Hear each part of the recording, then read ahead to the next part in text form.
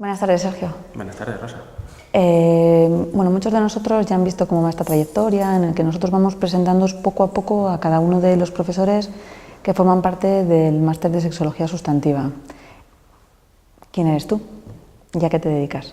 Bueno, pues yo soy Sergio Merino, soy neurólogo y trabajo en el Hospital de Palencia, y en la Clínica Edner de Valladolid, y me estoy formando como sexólogo a la vez que doy clases en el máster de neurosexología.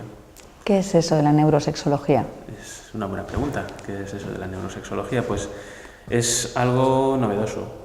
Bueno, novedoso en la forma que hay de hacerlo. Y es que cada vez es más necesario o hay más necesidades de comprender las bases neurológicas de la sexología, de la sexuación y de las diferencias entre los organismos o la organicidad neurológica entre los distintos sexos, incluso cómo el sexo influye en el cerebro y el cerebro en el sexo, mediado todo ello por hormonas. Alguien que nos esté escuchando, Sí. ¿que el cerebro influye en el sexo? ¿Cómo? ¿Que el cerebro influye en el sexo? Por supuesto, porque cada sexo, su forma misma de actuar, de ser, de sentirse y de expresar esa sexualidad está mediado por lo que es y cómo es, que eso lo determina el cerebro, con lo cual cada cerebro modula la expresión del sexo. Con lo que me imagino que si hay algún tipo de factor externo intrínseco, algún tipo de enfermedad o algún tipo de droga, podría conseguir hacer una modificación de cómo vivir cada uno su sexualidad y su erótica.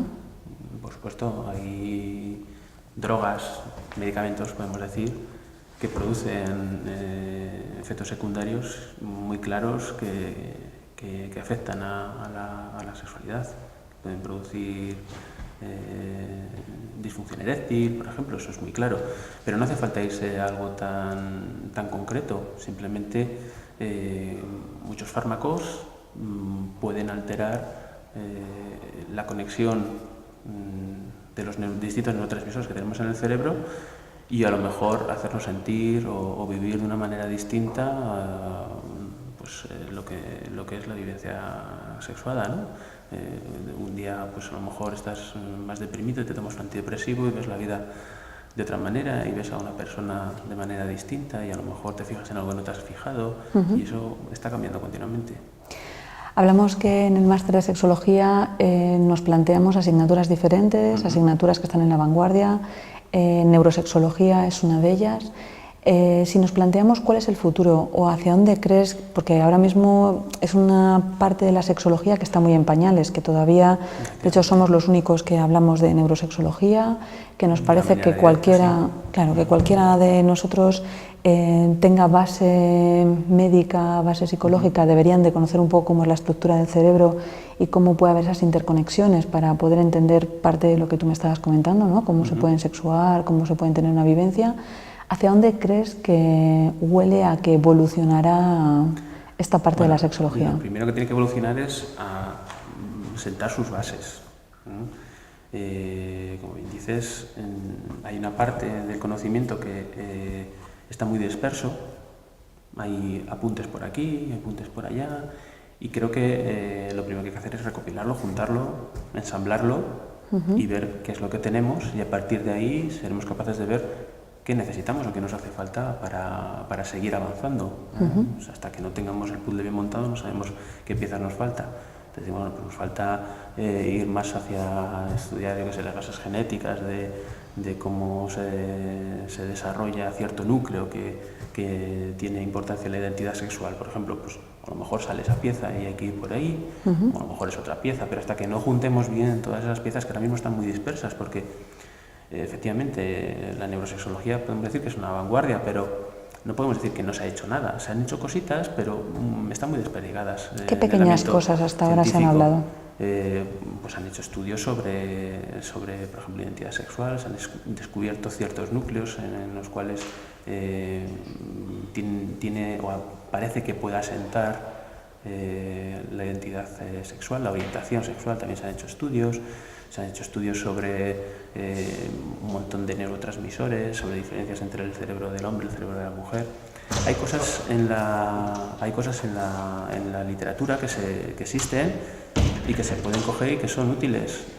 Hay que hacer un esfuerzo por juntarlo, por ensamblarlo, por darlo forma, y una vez que tengamos ese puzzle, saber cuál es el siguiente paso, qué es lo que necesitamos saber, hacia dónde queremos ir y cuál es el siguiente paso que tenemos que dar. ¿Crees que cualquiera puede conseguir llegar a estudiar esta parte? ¿O alguien diría, uy, eso de neurología aterra un poco, no me voy a enterar de nada, casi que esa asignatura, como no la voy a probar, debería de pasar? No, a ver, yo entiendo que dé susto y entiendo que la gente, ante lo que se imagina que es, se puede llegar a imaginar que lo que es la asignatura, puede darle un poquito de miedo afrontarlo, pero realmente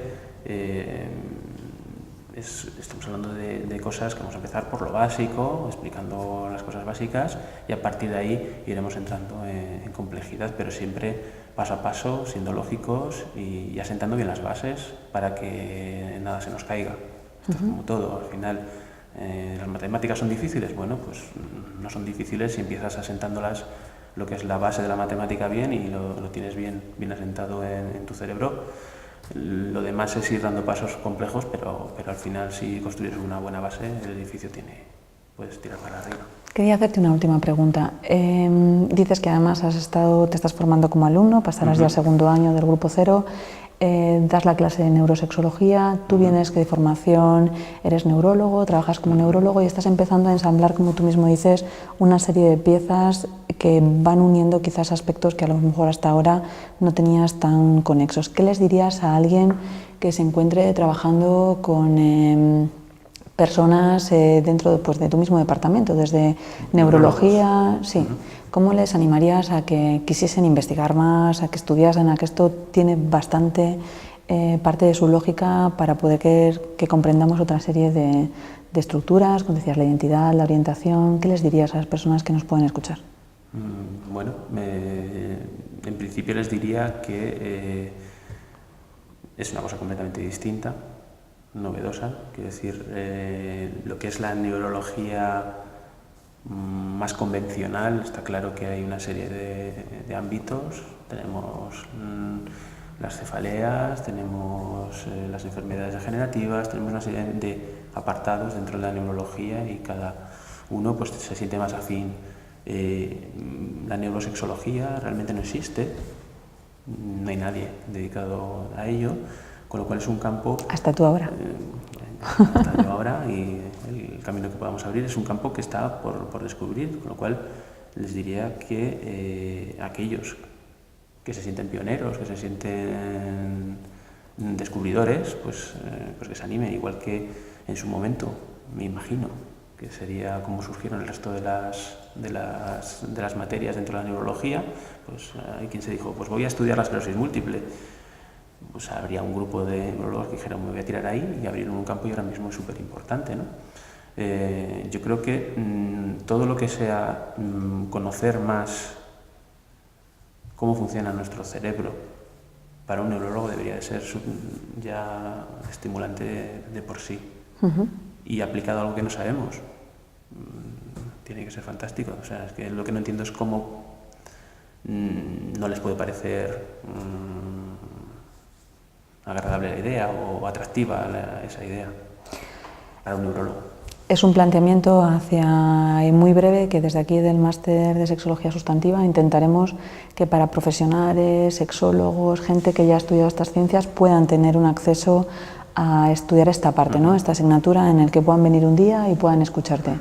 ¿Qué les dirías a todos aquellos que ya están formados, que llevan años dedicándose a terapia? Son sexólogos que ya tienen una experiencia y una carrera ya labrada. Pero dirán, yo ya soy sexólogo, sí, claro. ¿Para qué? ¿Para qué voy a estudiar algo con el cerebro? Que no necesito, ¿no? A priori. Bueno, yo creo que una cosa es lo que entendemos por formación académica y otra cosa es el conocimiento.